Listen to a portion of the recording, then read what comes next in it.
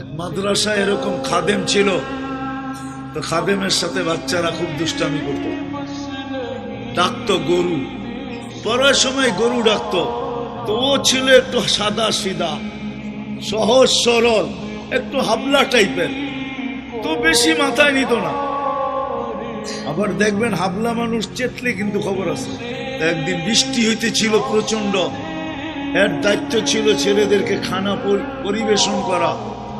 তো খানার সময় গেছে, খানা নিয়ে আসে না, তো ছেলেরা চিৎকার দিতেছে গরু কই গেল।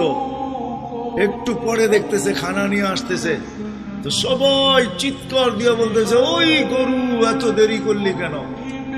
বাস সরল সহজ তো লেগে গেছে মাথায়। মোতামিম সাহেবের কাছে যা বলতেছে চাকরি করব না।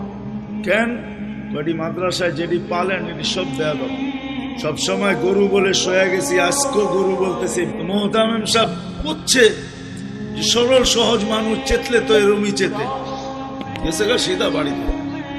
রাত্র ৩টার সময় আসতেছে, আয়সা মোহতামিম সাহেবের দরজায় খটখটাইতেছে, জিজ্ঞাসা করছে কে? হুজুর আসছি। কি জন্য? চাকরি করব। তুমি দিনের বেলা চলে গেলে চাকরি করবে না? এতদিন চাকরি করতেছিলাম শুই না, এখন চাকরি করব দেখা। বলছে এটা আবার কি দেখা চাকরি করবে মানে? আমি স্বপ্নে দেখতেছিলাম কিয়ামত হয়ে গেছে, আমি পুলসেরাতের পাশে যা দাঁড়ায় আছি, পুলসেরাত চুলের মতো চিকন, তলোয়ারের মতো ধার। ভয় পাইতেছিলাম এটার উপরে পা রাখবো তো রাখবো কি করে।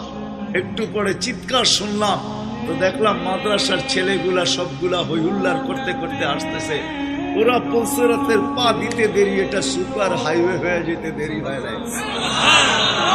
সবগুলা উঠা পার হইতেছে, একটা পিছন থেকে আমাকে দেখা ফেলছে আর চিৎকার দিয়া বলছে ওই তোরা যাস কই?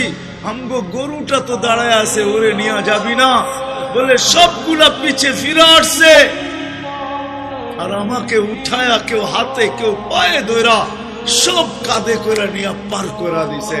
ঘুমের থেকে জায়গা গেছি, এই জন্য চোখে দেখা আমি এখন চাকরি করব।